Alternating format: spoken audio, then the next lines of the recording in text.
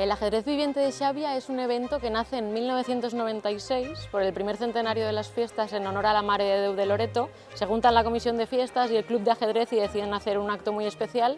Y tan especial es que en 2002 le dan la fiesta de interés turístico nacional. Llevamos ya 25 ediciones, esta es la número 25. Y hemos hablado de todo, porque creemos firmemente en el poder social y divulgativo del arte y entonces decimos, vale, pues vamos a hablar de la historia de la ciencia, del deporte, de obras de literatura súper importantes, pero también de temas sociales como el bullying y cómo amar.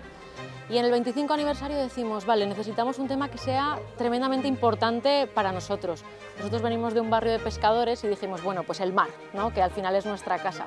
¿Y qué mensaje podemos dar? Pues que ya está bien de contaminarlo, ¿no? Porque al final matándole a él nos estamos matando también a nosotros, ¿no? Aunque sea solo por egoísmo, pues hagámoslo, ¿no?